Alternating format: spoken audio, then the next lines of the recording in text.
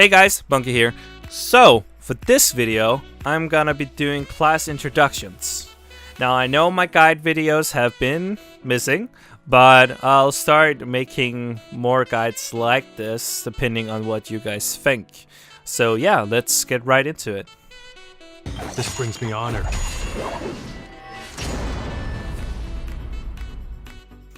First off, we got the Doomblade. Now I'll be using a tier list made by Roman and Kitsune, Ice, and Ryatsu. You can check them out on the Imid Discord and talk to them if you have any questions about this tier list, but I'll try to go over it as much as I can. This tier list isn't made up of letters, but rather numbers to give like a fair evaluation of these classes.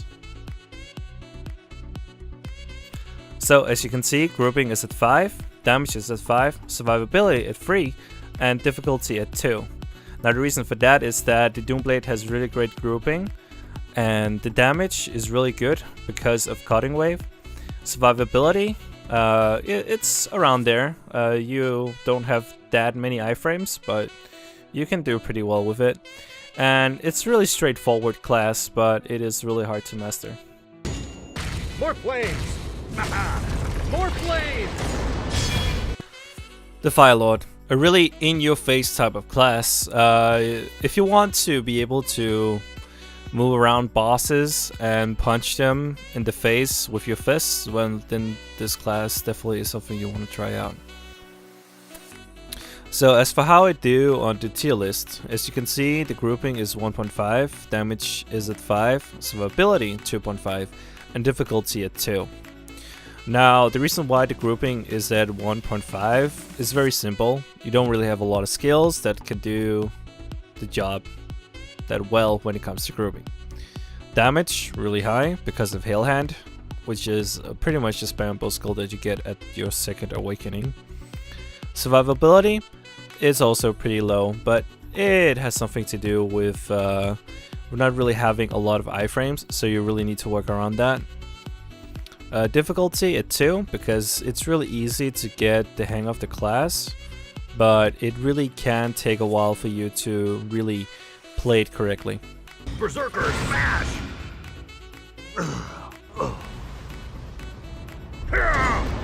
Next up, we got the Berserker, which is a class that don't use mana, which is really great because you can just use your skills however you want. Okay, so let's see how the Berserker does on the tier list. So for grouping, we've got 2.5, damage 3, survivability 4, difficulty 3.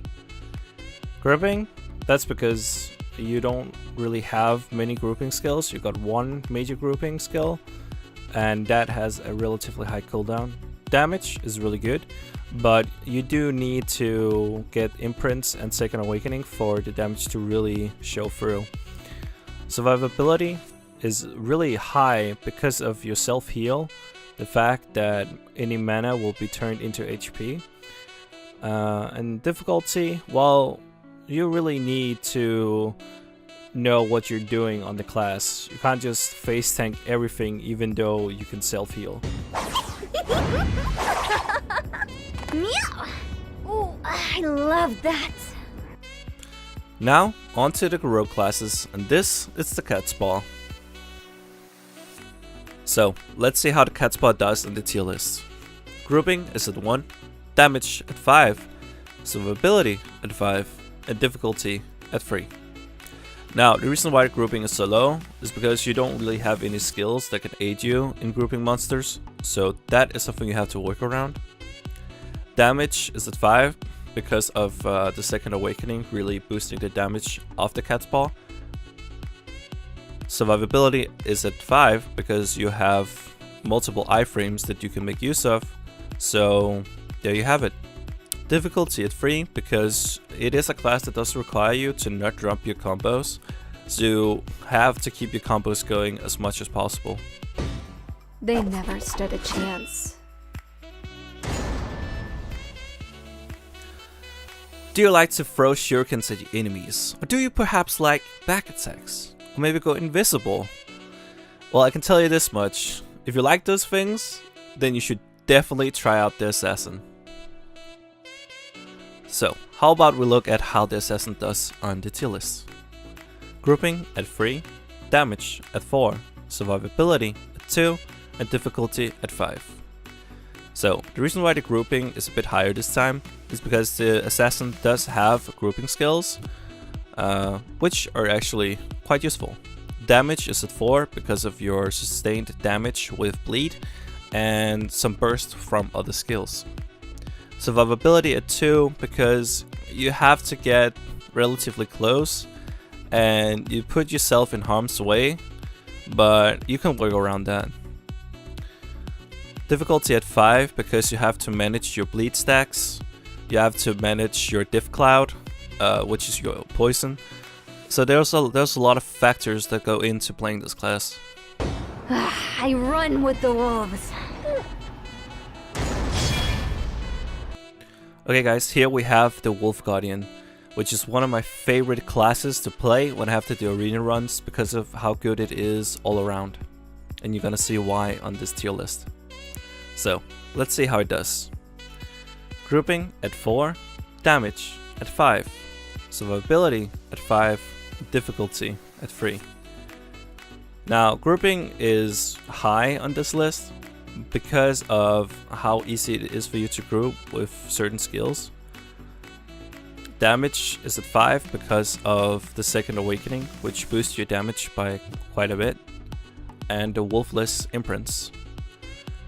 Survivability at 5 because you have a lot of tools to stay alive or stay at a range if you would like to do so. And difficulty at 3 because it does require some management when you use the wolf, but if you go wolfless, some of that difficulty would be turned down. 0 errors, all win!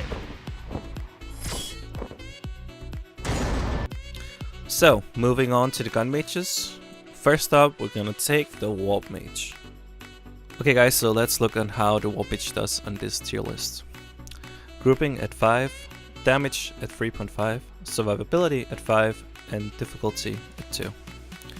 So the reason why the grouping is so high is because you have one skill that can group a whole room together, and the cooldown can be reduced. Damage is at 3.5 because of your imprints. Imprints does a lot for the Warp Mage, so be sure to get those. Survivability at 5 because you have a skill that makes you immune to ranged damage, and you have a lot of movement speed. Like, we're talking like Sonic speed here, so you can kite around. And difficulty at 2 because the class is pretty straightforward. There's not a lot to take hold of. Even stone yields to ice. So here we have the Frost Mage. Now, if you like a class that can literally freeze everything, well, you got your class. So, the Frost Mage. So let's look how it does on the tier list. Grouping 3.5, damage 4, survivability 3, and difficulty 3. Now, as for the grouping, you have several skills that can aid you in grouping, but they're not really as good as the Warp Mage. As for the damage, it is really good, and that's because of how your freeze interacts with monsters, so it pretty much means that you can get a lot of free damage off. Survivability, it's something you need to work on. You don't have any mobility really, so you're reliant on your freeze stacks to actually be able to survive. And as for the difficulty, well, it plays into like your frost management and keeping those stacks up. You should take notes.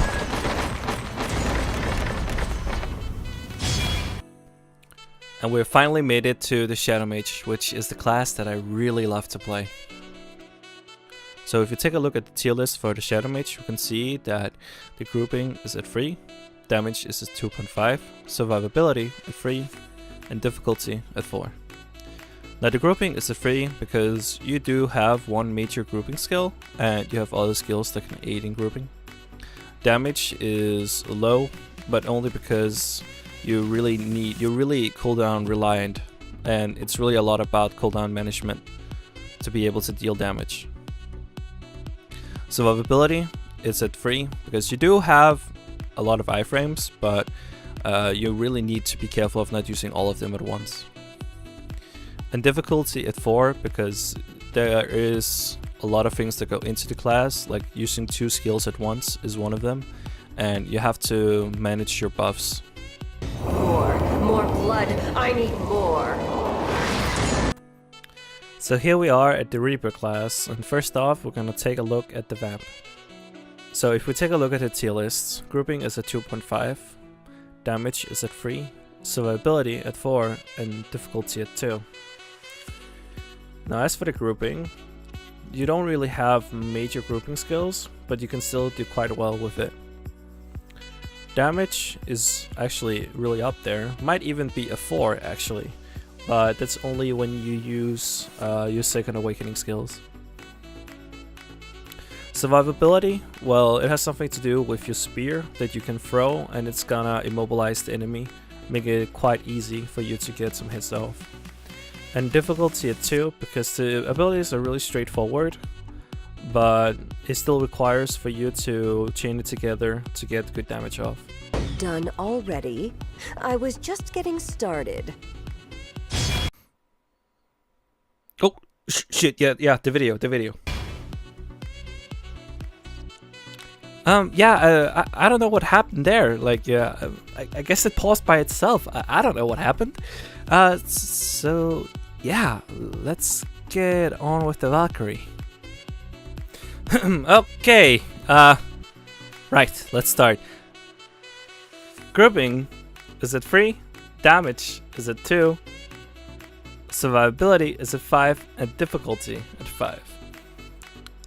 The Valkyrie grouping, it's actually lower than 3, I would say, but yeah, there are tools available to group enemies. Damage, definitely a bit higher than 2, but it comes into play that you need to know how to play the class.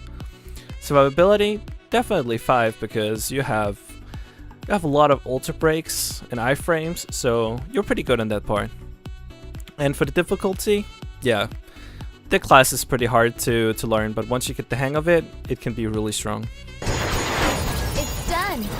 Wasn't even close. So yeah, here we are at the Scion, or some of you might know her as Eclair.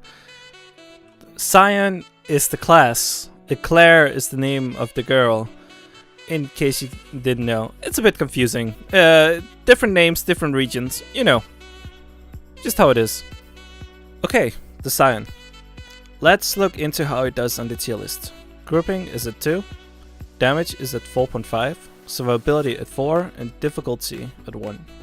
So the grouping is low only because of you not really having a lot of grouping skills, and the ones that you can use aren't really that effective.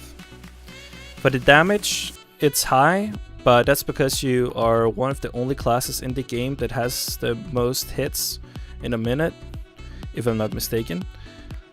And survivability, well, you have a spammable iframe pretty much at the end game, so it's pretty good.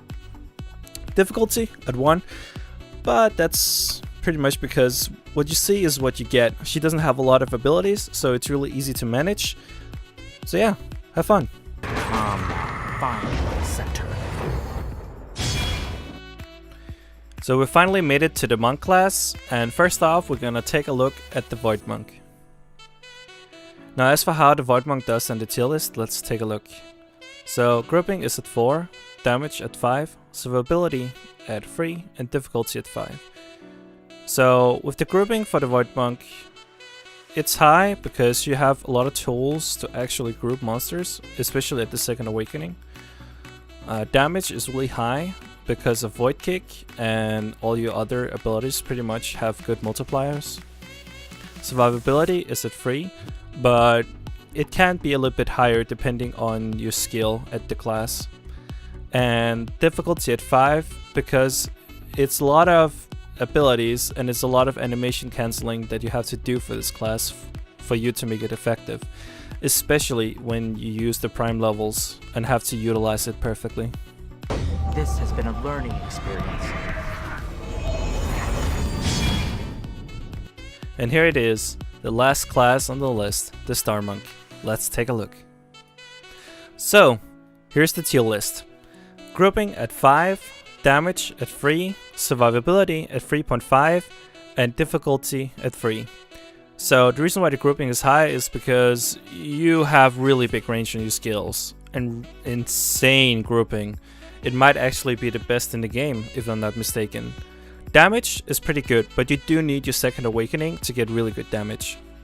Survivability is really up there, but you have to be a bit careful.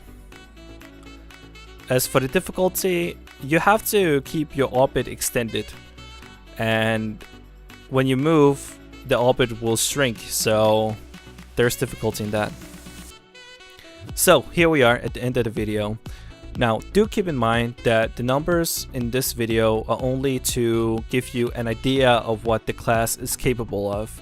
It doesn't show 100% what the class is actually capable of doing, but it's just to give you a general idea on what class you might be interested in picking. Also, it's just a game, guys, so pick whatever class you feel like is the most fun to play. I hope this video helped a little bit in you deciding which class to take. And I would also like to hear what your favorite class is in the comment section down below, so let me know. Thank you so much for watching, guys. If you liked the video, leave a like down below. If you didn't like the video, well, you know what to do. Also, remember to subscribe, hit that bell button so you know when I'll be giving out other videos. And be sure to check out my stream over at twitch.tv. All the links and such will be down in the description below. So, yeah, that was it. Okay, bye!